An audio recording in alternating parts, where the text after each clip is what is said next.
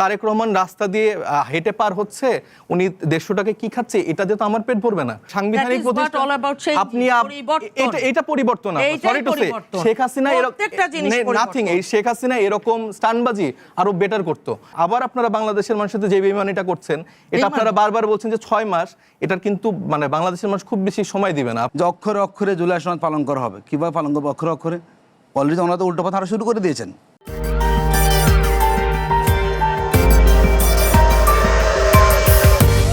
যে বিএনপির মহাসচিব কিভাবে ইলেক্ট বলুন তো? একটা দলের 7 বছর উনি মহাসচিব, উনি ভোটে হয়েছেন। যদি আমি আরেকটু কোশ্চেন করি, যেই দলের চেয়ারম্যান নির্বাচনে কোনো ভোট হয় না, 7-8 জন বসে চেয়ারম্যান বানিয়ে দেন, সেই দল যখন আরেকজনকে ফ্যাসিবাদী বলে, ওনার আয়না চেহারা দেখতে মন চায় না ওনাদের? যে আমি তো কোনো ভোটে হই নাই, কোনো কাউন্সিল নাই, কোনো কোথাও কোনো ইলেকশন হচ্ছে না, সব অফিস থেকে ডিক্লেয়ার দিয়ে কমিটি ঘোষণা করে দিচ্ছে। তো যেখানে গণতন্ত্রের নামমাত্র নাই, তারা যখন জামাত ইসলামের মতো একটা গণতান্ত্রিক শক্তি, তারা সব ইলেকশন করে, তাদের সব লেভেলে মানে গঠনতান্ত্রিক প্রক্রিয়া চলছে, জামাত সব ইলেকশনে অংশগ্রহণ করেছে, সেখানে আমাদেরকে অগণতান্ত্রিক কিংবা ভিন্ন শক্তি বলা, এটি আসলে একটা স্ববিরোধী কথা। বিএনপি নিজেদের কাছে গণতন্ত্র শিখুক, তাও আরেকজন তারা বলার সুযোগ সেখানে পাক। তারা সিটি কর্পোরেশন তারা প্রশাসন নিয়োগ দিয়েছেন, দলীয় প্রশাসক, জেলা পরিষদের চেয়ারম্যান দলীয় প্রশাসক, বিশ্ববিদ্যালয়ের ভাইস চ্যান্সেলর, পদ হোল্ডারই তাদের নেতা তাদের সঙ্গে বসিয়েছেন, এবং যতগুলো সরকারি প্রতিষ্ঠান আছে সব প্রতিষ্ঠান তারা সেখানে করেছেন। নেক্সট হচ্ছে তারা মানুষের যে সংস্কারের যে প্রস্তাবনাটা গণভোটের ভিত্তিতে, তারা যখন গণভোটকে অস্বীকার করা শুরু করেছেন, এটি কিন্তু তাদের ফ্যাসিবাদী পথে হাঁটার সবচেয়ে বড় এক্সাম্পল। এর থেকে বড় এক্সাম্পল আর কখনো দেওয়ার প্রয়োজন হয় না। আমরা ইলেকশন বলছি, যেমন আজকে প্রায় 5 মাস হয়ে গেল, তারা এখনও বলছে না সুনির্দিষ্ট করে যে লোকাল ইলেকশন কখন হবে, সেখানে জানুয়ারিতে হবে, না হলে পরে হবে। মানে এটা তামাশা মতো হয়ে গেছে। জনগণ যেখানে সেবা পাচ্ছে না, যেখানে জনগণ সেবা থেকে বঞ্চিত, সে জায়গায় আপনি আপনার মতো করে দল গুছিয়ে বলবেন।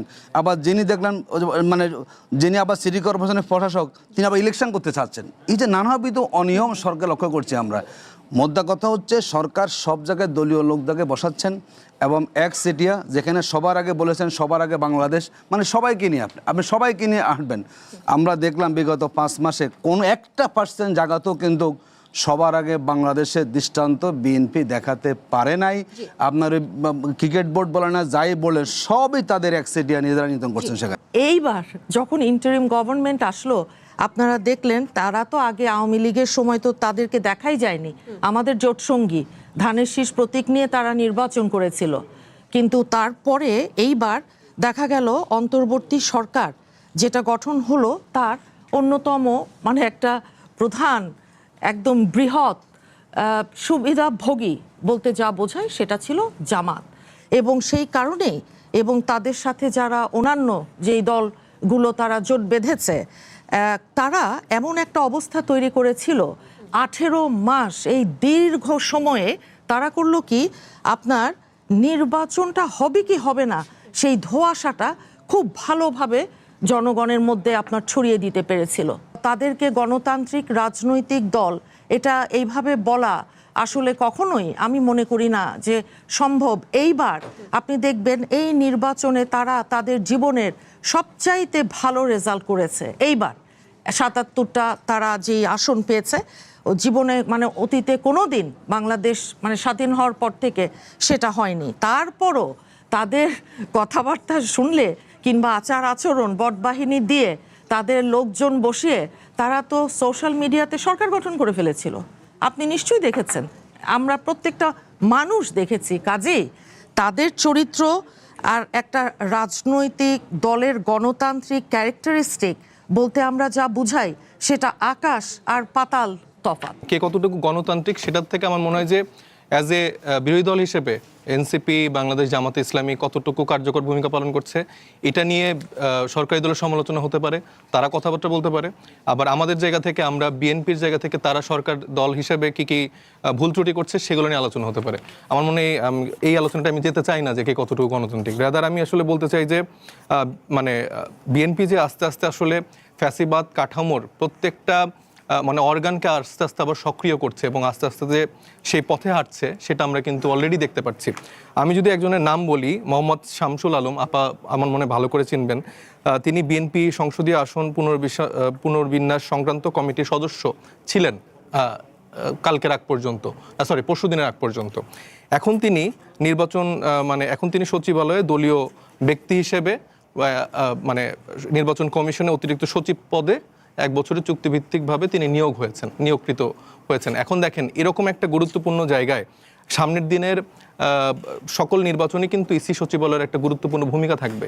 সেখানে আপনি এরকম একজন দলীয়, যে কয়েকদিন আগেও আপনার দলের একটা গুরুত্বপূর্ণ দায়িত্বে কাজ করেছেন, একটা রাজনৈতিক পোস্ট হোল্ড করেছেন, তো সেই ব্যক্তিকে আপনি কিভাবে এই নিয়োগটা দিলেন? বিসিবি থেকে শুরু করে প্রত্যেকটা জায়গায় যেরকম প্রশাসক নিয়োগ করা হয়েছে, আবার তাদের নিজেদেরই ইন্টারেস্ট আছে যে তারা মেয়র হতে চায়, নিজেরাই আবার ওই কি বলে সরকারের টাকা দিয়ে, সেই খাতের টাকা দিয়ে তারা আবার পোস্টারিংগুলো করছে যে তাদের নিজের মনোবাসনা আকাঙ্ক্ষা দেখাচ্ছে। তো সেই জায়গায় আপনি বিএনপিকে কিভাবে এই ব্ল্যাঙ্ক চেক দিয়ে দিতে পারেন? বা বিএনপির মানে আমার যারা আছেন, বন্ধুরা যারা আছেন, যারা বিজ্ঞ সমালোচকরা যারা আছেন, তারা কিভাবে আসলে এই দাবিটা করে? মানে যখন তারা নিজেরা ইসির মতো এরকম জায়গায় নিজেদের দলীয় লোককে বসিয়ে দিচ্ছেন এবং সামনে স্থানীয় সরকার নির্বাচন হতে যাচ্ছে, সেখানে বিএনপি কিভাবে প্রত্যেকটা জায়গায় নিয়ন্ত্রণ করবে, তা তো এই একটা নিয়োগেই তো আপনি বুঝে যাওয়ার কথা। এবং প্রত্যেকটা সেক্টর যদি আপনি খেয়াল করেন, প্রতিটা জায়গায় এরকমই হচ্ছে। মানে তারা বলতে পারে যে আমরা 17 বছর ধরে অনেক বঞ্চিত ছিলাম, আমাদেরকে অনেক জায়গা থেকে নিগৃহীত করা হচ্ছে, এটা হচ্ছে যে আপনি মেধার ভিত্তিতে দেন। মানে আমি তো বলছি না যে আপনার এখানে জামাতের কোনো লোককে দেন বা এনসিপির লোককে দেন। আমি এখানে বিশ্বাস করি যে বাংলাদেশে এরকম অনেক মানে দলীয় বা দলের বাইরে এরকম অনেক লোক আছে যারা যোগ্যতার ভিত্তিতে এই জায়গাগুলোতে সার্ভ করতে পারে। যারা নির্বাচনে হেরেছে তাদেরকেই আমরা দেখছি যে এলাকার প্রশাসক হিসেবে নিয়োগ করা হচ্ছে, সিটি কর্পোরেশনের প্রশাসক হিসেবে নিয়োগ দেওয়া হচ্ছে। তো এইটা তো বাংলাদেশের মানুষ বিএনপি থেকে না আমাদের কারো থেকে এটা এক্সপেক্ট করেনি যে এই সময় এসে আবার আমরা নতুন করে সেই ফ্যাসিবাদ কাঠামোটাকে আবার আমরা প্রোঅ্যাক্টিভলি আবার আমরা সবার সামনে নিয়ে আসব। এখন যদি আপনারা আমাদেরকে 5 মাসের একটা সরকারকে রাজপথের ভয় দেখান, লাভ হবে না। জনগণ আপনাদের সাথে যাবে, আমার অসম্ভব রকমের সন্দেহ আছে। জনগণ জানে যে এই সরকার কি করছে, জনগণ নিজের চোখে দেখছে। অতীতে জীবনে যা হয়নি আজকে সেটা করছেন স্বয়ং সরকার প্রধান। কাজেই ওই যে মনে মনে মন কলা খেতে পারেন, বাস্তবে হবে না, বাস্তবে হবে না এগুলো। আমি একটু বলতে চাই। হ্যাঁ জি, আপনার কাছে আসছিলাম। তো আপা যেটা বললেন যে আপাদের যে নেতাদের কথা বললেন, আমরা আসলে টিভিতে বসে অনেক সময় দেখতাম যে আপনাদের এই পার্টি অফিসের সামনে পল্টনে একটা ককটেল ফুটালে, অথবা জুলাইতেই আপনাদের এখন সামনের সারির ছিলেন না না আপনি না আপনি আপনার কথার সময় কোনো কথা বলছেন। আচ্ছা বলেন। আমি একটু বলে নেই তো, একটা ককটেল ফুটলেই এটা দৌড়ায় পালাইতো। আপনার এই যে এখন অনেক মন্ত্রী মিনিস্টার যারা আছেন তাদেরকেও আমরা দেখছি যে জুলাইয়ের যে ক্লিপ আছে, আমি আপনাকে লিঙ্কও দিব, তারা একটা সাউন্ডে পালা যায়। আর আমাদেরকে নিয়ে যে আপনি ক্রিটিসাইজ করছেন, এই তরুণ ছাত্র জনতারাই বুক পেতে গুলি খেয়ে তারা এই জুলাই গণঅভ্যুত্থান, সেটাকে আমরা অস্বীকার করি না। এখন দেখেন আপনারা আমার সাথে একটা এইজের গ্যাপ আছে, একটা জেনারেশনাল গ্যাপ আছে, এবং আমি খুব স্পেসিফিক্যালি একটা পয়েন্ট এখানে উল্লেখ করেছি যে মোহাম্মদ শামসুল আলম যে হচ্ছে যে বিএনপির একজন দলীয় লোক, যাকে ইসি সচিবালয়ে নতুন করে নিয়োগ দেওয়া হয়েছে। পয়েন্ট ছিল এটা। কিন্তু আপনাকে যেই উপস্থাপক আছেন তাকে আপনাকে প্রশ্ন করেছে এটা, আপনি বললেন যে এনসিপি একটা নতুন দল, এর কোনো আইডিওলজি নাই, ইউনূসের সাথে বিদেশ ভ্রমণ করছে, এই সংবিধান নিয়ে কপচাচ্ছে। আপনাদের যে দলীয় নেত্রী ছিলেন বেগম খালেদা জিয়া, উনি সংবিধান ছুঁড়ে ফেলতে চেয়েছে, উনি সংবিধানকে বাতিল করার কথা অনেকবার বলেছে, এটা অন রেকর্ড অনেকবার আছে। আপনি মেইন পয়েন্টটা যেখানে আমরা বললাম যে আমাদের মূল প্রসঙ্গ নিয়ে আসলে আলোচনা করা দরকার। আমি তো আপনার র্যান্ডম কোনো সমালোচনা করিনি যে আপনার অভ্যুত্থানের সময় কি ভূমিকা ছিল, আপনি কোথায় পলাই ছিলেন বা কি ছিলেন, এরকম তো আলোচনা আসেনি। স্পেসিফিক্যালি আপনারা স্বৈরতান্ত্রিক জায়গা থেকে কিরকম কোন দিকে যাচ্ছেন এই পয়েন্টে কথা বলেছি। এটার উত্তর তো আপনার কাছে আমরা পাইলামই না। আপনি বলতেছেন যে Tarek Rahman down to earth. আমি তারেক রহমান রাস্তা দিয়ে হেঁটে পার হচ্ছে, উনি 150 টাকা কি খাচ্ছে, এটা দিয়ে তো আমার পেট ভরবে না। আপনি আমার সাংবিধানিক প্রতিষ্ঠান, এটা পরিবর্তন না। Sorry to say, Sheikh Hasina nothing, এই শেখ হাসিনা এরকম স্টানবাজি আরো বেটার করতো। আমি যেটা বলতে যাচ্ছি যে তারেক রহমান সাহেব রাস্তা পার হওয়া, এই 150 টাকা দামের খাওয়া, খাওয়া, এটা খেলে আমার কৃষকের পেটে ভাত জুটবে না। আপনারা আপনি সাংবাদিক সাংবিধানিক আমরা না। প্রতিষ্ঠানগুলোকে আপনারা দখল করে রাখছেন, আপনারা দুদকে আবার চুপ্পুর মতো লোক বসাবেন, আপনারা ইসিতে আবার নিজেদের লোক নিয়োগ দিচ্ছেন। সেই জায়গাগুলো হচ্ছে যে আপনাদের কিছু পরিবর্তন করতে হবে না, কিন্তু তারেক রহমান এই যে রাস্তা পার হয়ে যাচ্ছে, সে 150 টাকার খাওয়ার খাচ্ছে, এটা হচ্ছে আপনাদের কাছে পরিবর্তন। 17 বছর ধরে আপনারা রাজপথে একটা আন্দোলন সফল করতে পারেননি। আপনাদের মহাসচিব প্রত্যেকবার বারবার বলতো যে ঈদের পরে দেখা যাবে। আমরাও আশা করতাম যে ঈদের পরে বিএনপি কবে রাজপথে আন্দোলন সফল করবে সেটা আমরা দেখি নাই। 24-এর পরে এই জানুয়ারি পর্যন্ত আপনাদের দেখছি যে ইউএস এর স্যাংশন পর্যন্ত আপনারা ওয়েট করছেন যে কখন ইউএসএ আপনাদেরকে বিএনপির হয়েছে বিচার বহির্ভূত আপনারা টপ টায়ারের লিডারশিপ ফেল করছেন, আপনারা এটা স্বীকার করেন। আপনারা ফেল করছেন দেখেই আপনারা ফেল করছেন দেখেই নাহিদ ইসলামরা সামনে আসতে পেরেছে। না আমি বিরোধী দল হিসেবে আপনারা ফাংশন করতে পারেন, আপনারা ফেল করছেন, এটা স্বীকার করেন। এবং ফেল করে যখন মাঠটা তৈরি করে আপনি আমার কথা শেষ করার পর বলেন, শুনেন, আপনি তো কথা বলতে দিচ্ছেন না, আমার কথাটা শেষ করার বলেন। আপনারা এই যে ফেল করলেন, ফেল করার ফলেই তো এই যে আন করা আমাদের মতো অপরিচিত ছেলেরা গণঅভ্যুত্থানের সামনে চলে আসলো। নাহিদ ইসলাম, তারপরে হাসনাত আব্দুল্লাহ, এই মানুষগুলা কিভাবে সামনে আসলো? বিরোধী দল হিসেবে আপনি কথা বলতে দিচ্ছেন না, আমারটা শেষ করার পর বলেন। আপনি যদি পারমিশন দেন তাহলে আমি বলতে বলেন। এত এই ফেল করলেন আপনারা, ফেল করার ফলেই কিন্তু এই যে ছাত্র জনতার মধ্য দিয়ে একটা আন্দোলন সফল হলো। এখন আপনারা সেটার একটা ভালো সুবিধা পাচ্ছেন, কারণ সাংগঠনিকভাবে আপনাদের তৃণমূলের নেতাকর্মীরা সাফার করছে, গুম খুন হয়েছে, এটা আমরা অবশ্যই এগ্রি করি। কিন্তু আপনাদের লিডারশিপের জায়গাটা ব্যর্থ হয়েছে দেখে আপনারা সেই জায়গাটা কখনো ওইভাবে আনতে পারেননি, এবং বাংলাদেশের মানুষ আপনাদেরকে সেই সাপোর্টটা করেনি। যখন হলো, আপনারা যে সুযোগটা পেলেন, আপনাদের লাইফ টাইম একটা অপরচুনিটি পেলেন, তারেক রহমান দেশে ফেরার সুযোগ পেল, আপনাদের সালাউদ্দিন আহমেদ শিলং থেকে ফিরলো, ফেরার পরে আবার আপনারা বাংলাদেশের মানুষের সাথে যে বেইমানিটা করছেন, এটা আপনারা বারবার বলছেন যে 6 মাস, এটার কিন্তু মানে বাংলাদেশের মানুষ খুব বেশি সময় দিবে না। আমি কয়েকটা প্রোগ্রামে গেছি, সেখানে মানুষ বলতেছে বিএনপি একটা প্রতারক দল। সেই প্রতারণার জায়গা থেকে আপনারা যা প্রতারণা করলেন, এটার ফলাফল আপনারা পেয়ে যাবেন। আপনাদের যে ওভার কনফিডেন্স, আপনারা মনে করছেন যে আপনারা পুরো ধরাকে সরা জ্ঞান করে ফেলছেন। আপনি বলছেন না যে এতই সহজ বিএনপিকে সরানো, সেটা আপনি দেখেন। আচ্ছা, নিশ্চয়ই আপনিও দেখবেন, আমিও দেখব। বিএনপি বেইমানি করেছে, এই বেইমানির সংজ্ঞাটা কি, কোথায়, কার সাথে, কিভাবে, পলিটিক্যালি বলছেন তো এক্সপ্লেইন করবেন। 70% মানুষের রায়কে আপনারা কিভাবে উড়িয়ে দিলেন? কেউ উড়িয়ে দেয়নি। আপনাকে কে বললো? বিএনপি বলেছে একবারও, অক্ষরে অক্ষরে বলেছে। আপনারা অতি নেন। অতি নেবে কেন? আপনি কি আইনের আপনাদের স্বরাষ্ট্রমন্ত্রী, আপনাদের সংবিধান কোনদিন পড়েছেন? কেন পড়বো না? পড়েন না। সেখানে কি বলা আছে? আপনাদের স্বরাষ্ট্রমন্ত্রী সালাউদ্দিন আহমেদ নিজে সংসদে দাঁড়িয়ে বলেছেন যে আমি সেই সময়ে এই মিথ্যাটার সাথে এগ্রি করছিলাম, কারণ অ্যাজ মেম্বার অফ পার্লামেন্ট, সংসদ সদস্য হিসেবে। কারণ জনগণ আপনাকে কিসে ভোট দিয়েছে? ম্যান্ডেটটা দিয়েছে কিসের দিয়েছে? সংসদ সদস্য হিসেবে সংসদে গিয়ে ওই কনস্টিটুয়েন্সির কথা বলবার জন্য। ভাই, একটা শপথ থাকা অবস্থায় আইনটা হচ্ছে, আপনি যদি দ্বিতীয় শপথ নেন, আপনার যে প্রথম শপথটা সেটা চলে যায়। একটু পড়েন না, ঠিক আছে, একটু পড়েন না আপনি, রিডিং। তাহলে আইনটা হচ্ছে কি, হোয়াট ইজ বলে common sense, that is law.